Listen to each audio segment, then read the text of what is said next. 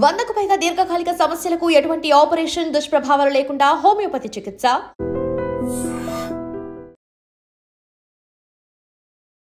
ఈ మధ్య కాలంలో సోషల్ మీడియాలో ట్రోల్ అవుతున్న కొన్ని వీడియోస్ చూస్తుంటే ఏవి రియలో ఏవి ఏఐ క్రియేషనో తెలుసుకోవడం చాలా కష్టమైపోతుంది. కాస్త కూస్తో టెక్నాలజీ పైన కాస్త నాలెడ్జ్ ఉంటే కానీ అవి గుర్తుపట్టలేనటువంటి పరిస్థితి. బట్ ఇప్పుడు అది ఏఐ టెక్నాలజీని ఒక నెక్స్ట్ లెవెల్లో వాడేశారు విశాఖకు చెందిన కుర్రాడు సునీల్ చరణ్. ఏంటి అంటే ఏఐతోనే ఒక పాటను రాయించి మ్యూజిక్ కంపోజ్ చేయించి ఆ పాటని పాడించడం కూడా. ఇది మనుషులకే సాధ్యమైనటువంటి పరిస్థితిని ఏఐతో ఎలా చేయగలిగారు? ఈ విషయాలు చాలా డీటెయిల్గా అడిగి తెలుసుకుందాం. మనతో పాటు సునీల్ చరణ్ గారు ఉన్నారు. హలో అండి, కంగ్రాచులేషన్స్.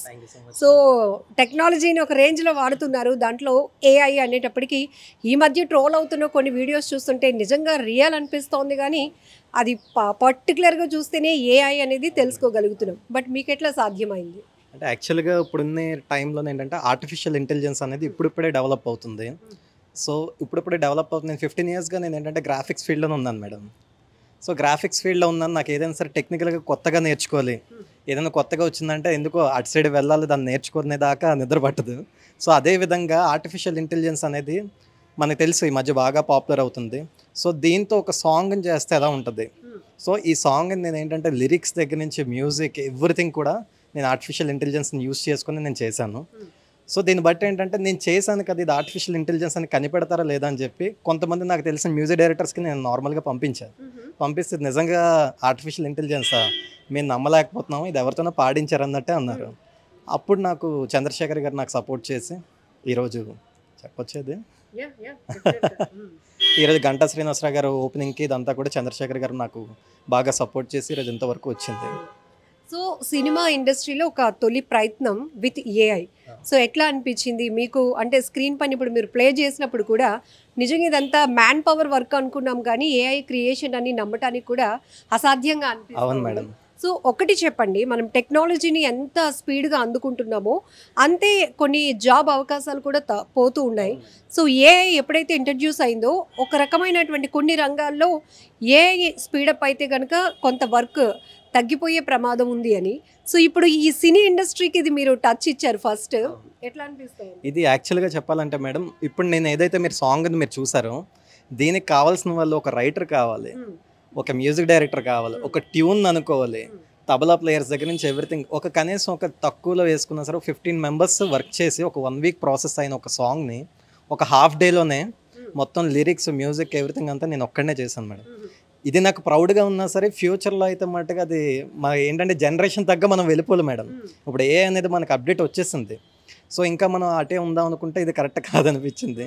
సో ఇది 100% నెక్స్ట్ రన్ అవుతుందంతా కూడా ఏఐ రన్ అవుతుంది. ఈవెన్ గ్రాఫిక్స్ ఫీల్డ్ అయినా సరే, మ్యూజిక్ అయినా సరే, not in to cinema madam, ఏ ఫీల్డ్కైనా సరే ఏ అనేది ప్రతి ఒక్కరు నేర్చుకోవాలి. ఈవెన్ చదువుకునే పిల్లలు కూడా అది ఏ ద్వారా ఏంటంటే చాలా ఈజీగా సబ్జెక్ట్ నేర్చుకోవచ్చు.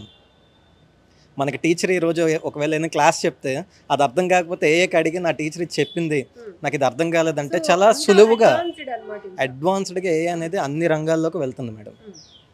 సో ఎంత డ్యూరేషన్ క్రియేట్ చేశారు సాంగ్ని? ఏదైనా మూవీ కోసం ప్లాన్ చేస్తున్నారు? యాక్చువల్గా ఇది 4.5 minutes క్రియేట్ చేశాను మేడం. దీన్ని ఏంటంటే చంద్రశేఖర్ గారికి నచ్చి ఆయన వేరే ఒకరికి ఫార్వర్డ్ చేస్తే నేను 100% ఇది ఇండియాలోనే ఇది ఫస్ట్ సాంగ్ అయింది కాబట్టి దీనికి నేను ప్రొడ్యూస్ చేస్తాను, ఆల్బమ్ సాంగ్ ఇది 100% చేద్దాం అన్నారు.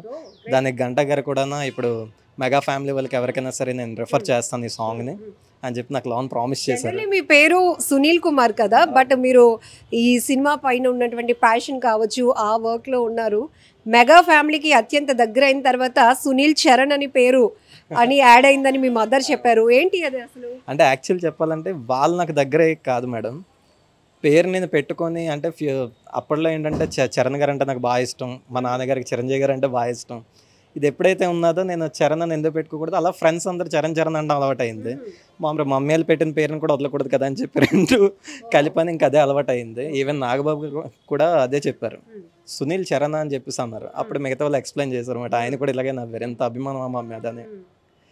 సో హైదరాబాద్ లాంటి మహానగరం అనేది ఎన్నో అవకాశాలకి గ్రాండ్ వెల్కమ్ చెప్పేటటువంటి ఒక ప్లేస్.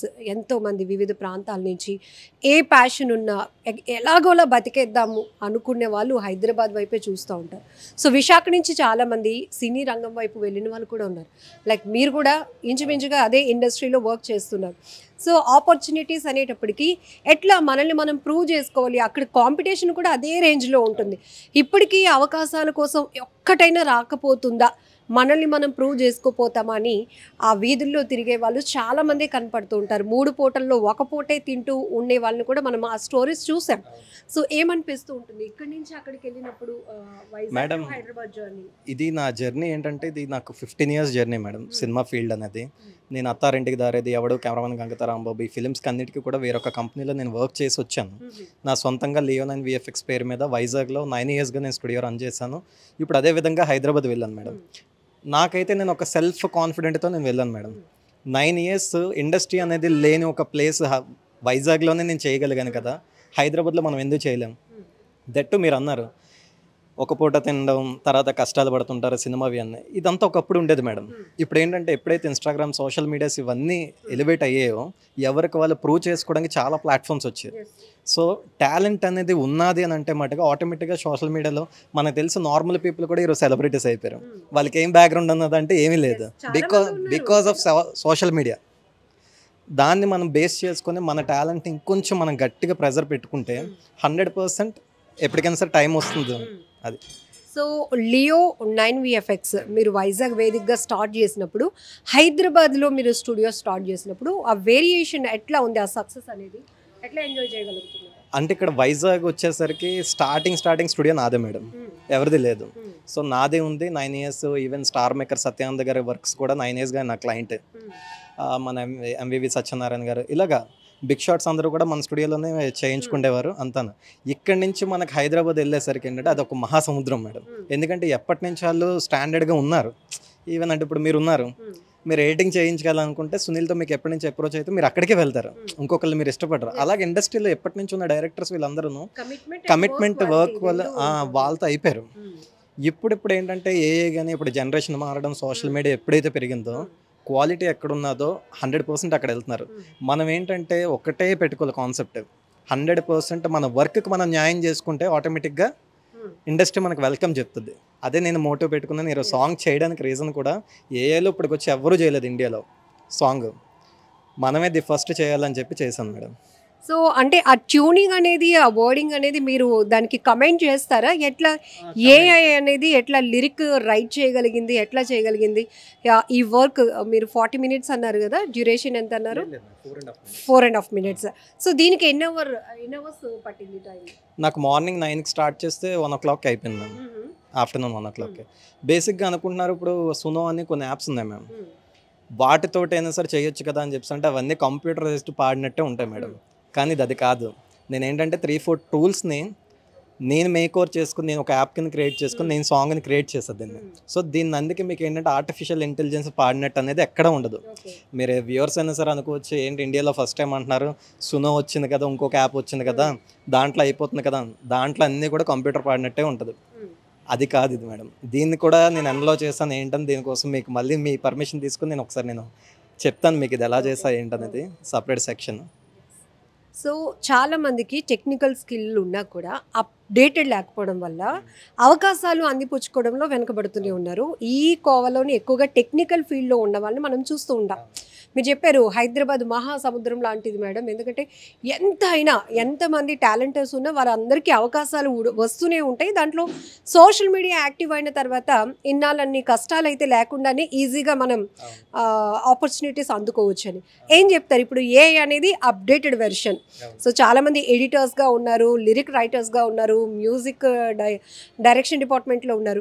సో వీరందరికీ ఏఐ అనేది ఒకవేళ మీరు ట్రైనింగ్ ఇవ్వడానికి కూడా సిద్ధంగా ఉన్నారు? 100% ఉన్నాను మేడం. ఎందుకు అంటే ఏఐ అనేది నెక్స్ట్ ఎవరైతే నేర్చుకోలేదో కంప్లీట్గా వెనకబడిపోయినట్టు మేడం. ఏఐ అనేది నేర్చుకోకపోతే ఎవరైనా సరే వెనకబడిపోయినట్టు అన్ని ఫీల్డ్స్లో కూడా. ఈవెన్ ఇప్పుడు మా జర్నలిజం రంగంలో కూడా ఏఐ ఏమో అక్కడ ఏదో గుంతుంటే ఒక ఏఐతో ఒక రిపోర్టర్ని క్రియేట్ చేసి అక్కడ పడిచేసి ఇట్లా చేస్తాం. అవును. ఈవెన్ ఏదైనా సరే మేక్ చేయొచ్చు మేడం. మీరు నా వీడియోస్ చూస్తారు లేదా, శాంపుల్గా 2-3 వీడియోస్ నేను చేస్తాను మేడం. ఈవెన్ వీడియోలో కూడా మీరు చూస్తే అసలు నమ్మరు ఇది ఏఐతో చేశారంటే, అంత క్వాలిటీగా వచ్చాయి. మీరు ఇందాక అడిగారు లిరిక్స్ కోసం వాటి కోసం అడిగారు కదా, లిరిక్స్ దగ్గర నుంచి హిందీలో రాయాలనుకుంటే మన మదర్ టంగ్ తెలుగు మ్యామ్. నేను తెలుగులోనే దాన్ని ChatGPT ద్వారా మొత్తం అడిగి దాన్ని ఇంగ్లీష్లోకి హిందీలోకి ట్రాన్స్ఫర్ చేసి దాని నుంచి మొత్తం ప్రాంప్ట్ అంతా తీసుకొని నేను చేసామన్నమాట. ఎవ్రీథింగ్ అంతా ఏఐ బేస్ మ్యామ్. ఏఐ అనేది ఇప్పుడున్న ప్రజెంట్ ఏఐ అనే దాంట్లో మనం చేయకపోతే మ్యామ్ ఎవరైనా సరే బ్యాక్కి వెళ్ళిపోవడం. అదే విశాఖకి ఎన్ని ఇండస్ట్రీస్ తరలి వచ్చినా సినిమా రంగానికి సంబంధించి వస్తాయి అంటే ఒక ఎక్కడ లేనటువంటి ఒక హ్యాపీనెస్ క్రియేట్ అవుతూ ఉంటుంది. కోర్స్ అవి ఇంకా డెవలప్ కాకుండానే అట్లా పాజ్లో ఉన్నాయి అనుకోండి. బట్ ఈ తరహా స్టూడియోస్ కూడా చాలామంది డబ్బింగ్ స్టూడియోస్ కానీ ఇక్కడ మేకింగ్ సంబంధించినటువంటి స్టూడియోస్ పెట్టుండి ఫెయిల్ అయ్యి మళ్ళీ అక్కడతో ఆగిపోయిన వాళ్ళు చాలామంది ఉన్నారు.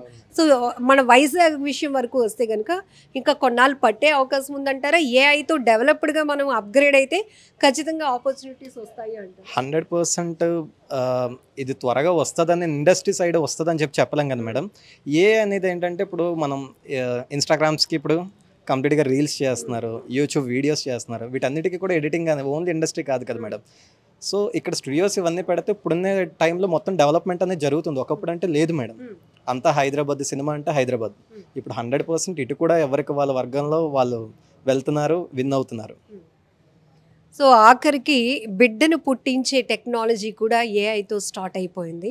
సో మనం ఇంత అప్డేట్ అవుతున్నాం, ఇంత టెక్నాలజీ వైపు వెళ్తున్నామని ఒక సంతోషం, మరొక వైపు మనుషుల పరిస్థితి ఏమైపోతుంది అనే ఒక ఆందోళన రెండు కొనసాగుతున్నాయి. మీరు చెప్పినట్టు ఈ కమింగ్ జనరేషన్ వాళ్ళు ఏఐ అనేది నేర్చుకోకపోతే అవకాశాలు అందిపుచ్చుకోవడంలో వెనకబడటం అనేది 100% మేడం అని మీరు అంటున్నారు. సో ప్రస్తుతం ఇప్పుడు ఈ సాంగ్ నుంచి ఇండస్ట్రీకి ఇప్పుడు రిలీజ్ అయినప్పుడు కూడా ఎంతమంది దాన్ని యాక్సెప్ట్ చేస్తారు, ఎంతమంది మనం ఏమైపోవాలి, సింగర్స్ ఏమైపోవాలి, లిరిక్ రైటర్స్ ఏమైపోవాలి, మ్యూజిక్ కంపోజ్ చేసే డైరెక్టర్స్ ఏమైపోవాలి అనే క్వశ్చన్ని రేస్ చేశారా ఎవరైనా? రేజ్ అనేది 100% ఉంటుంది మేడం, లేకనే ఉండదు. ఈవెన్ నేనే యాజ్ అ టెక్నీషియన్గా నేను చెప్తున్నాను. ఇప్పుడు ఈరోజు నేను గ్రాఫిక్స్ చేయాలనుకుంటే నాకు టీం ఉండేది, ఇంతమంది కూర్చొని ఒక 30 to 35 మెంబర్స్ కలిపి మేము సీజీకి ఇదంతా వర్క్ చేసేవారు. ఇప్పుడు మరి మా సెక్టర్ కూడా మొత్తం తగ్గిపోయినట్టే కదా మేడం. ఇప్పుడు దానికి ఏంటంటే ఒక 3D ఆర్టిస్ట్ కావాలి, లైటింగ్ చేయాలి, రిగ్గింగ్ చేయాలి. మనకు ఇప్పుడు ఈ హ్యాండ్ ఉంది కదా మేడం, ఈ హ్యాండ్ మన ఇలా మూమెంట్ యానిమేషన్ ఇవ్వాలంటే దీనికి రిగ్ ఇవ్వాలన్నమాట. స్కెల్టన్ ఎలా అయితే ఉంటుందో సో అదే విధంగా ఇవ్వాలి. దీనికి ఏం ఇవ్వక్కర్లేదు మేడం, ఒక ప్రాంప్ట్ ఇస్తే సరిపోద్దు, మొత్తం అదే చేస్తుంది. లైటింగ్ డిపార్ట్మెంట్ అక్కర్లేదు, యానిమేషన్ డిపార్ట్మెంట్ అక్కర్లే, ఎవరక్కర్లేదు. వర్క్ లో డిఫరెన్సియేషన్ ఏమైనా ఉంటుందా మనకి? వర్క్ లో ఇది ఇంకా క్వాలిటీ ఉంది మేడం. ఇంకా ఫ్యూచర్లో అయితే మట్టుగా ఇది కంప్లీట్ ఆర్టిఫిషియల్ ఇంటెలిజెన్స్ లాగా కూడా ఉండదు, రియాలిటీకి దగ్గర అయిపోద్ది కంప్లీట్గా. ఇంకా అనేక ప్రయోగాలు జరుగుతాయి కాబట్టి అంతే, రియాలిటీకి చాలా దగ్గరలో ఉంటుంది. Wish you all the very best అండి. ఒక తొలి ప్రయత్నం చేశారు, ఇండియాలోని ఫస్ట్ టైం ఏఐతో పాటను రాయించడం, మ్యూజిక్ కంపోజ్ చేయడం, అట్లనే ఒక క్రియేటివిటీ అంటే ఎలా ఉంటుంది, ఏఐతో అడ్వాన్స్డ్గా మనం ఎట్లాంటి వర్క్ అవుట్పుట్ తీసుకురాగలము అనేటటువంటి ఒక ప్రయత్నం సినీ ఇండస్ట్రీలో జరిగింది. అది కూడా వైజాగ్ కుర్రాడుగా మీరు ఒక గ్రేట్ సక్సెస్ సాధించడం మేము కూడా చాలా హ్యాపీగా ఫీల్ అవుతున్నాం. Wish you all the very best. నిజంగా ప్రస్తుతం ఉన్నటువంటి సమాజం దేనికి ప్రయారిటీ ఇస్తుంది? ఆర్థిక సంబంధాల చుట్టూ మాత్రమే తిరుగుతుంది. మళ్ళీ ఎన్నికలంగానే చాలా విరక్తి కలుగుతాను. మంచి అనిపిస్తుంది కదా, లేడీస్ కూడా ఛాలెంజింగ్ జాబ్స్ చేసినప్పుడు చాలా బాగుంటది. ట్రాఫిక్ అసిస్టెంట్స్ గా నియమించిన ట్రాన్స్జెండర్స్ అందరితో సాల్యూట్ చేయించుకుంటున్నారు. ఫుడ్ డెలివరీ ఇవ్వటానికి వెళ్ళినటువంటి డెలివరీ బాయ్ అనిల్ పై కళ్ళ ముందు